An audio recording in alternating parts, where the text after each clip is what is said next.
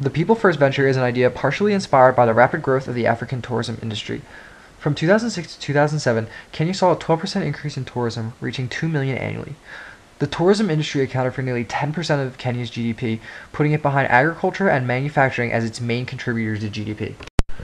Outside companies create tourism activities and packages based on what they think tourists will want to see and what will be most profitable to the company. However, there are a growing number of travelers who desire unique, authentic experiences that produce net benefits in the environment and high economic and social benefits in the host community.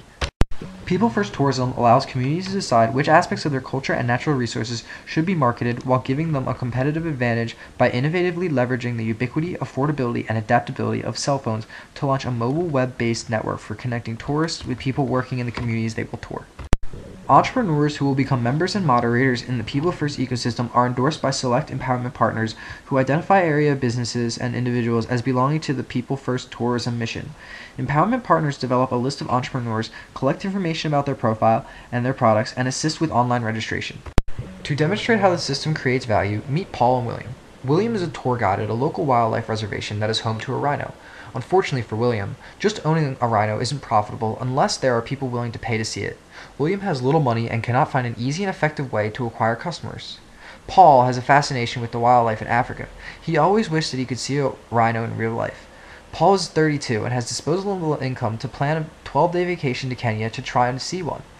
But because William has no web presence and Paul will use the internet to plan his vacation, the two never meet.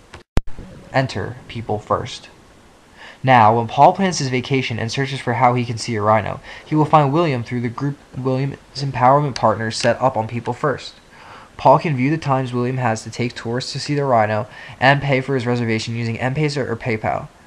William then receives payment minus a 40 Kenyan shilling commission People First takes on the sale to split with the group's moderator. As a US-based 501c3 organization, People First will be eligible for free web hosting from DreamHost.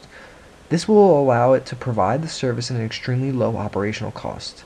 That means that the money that comes in goes directly to the moderators and employees who keep the ecosystem up and running.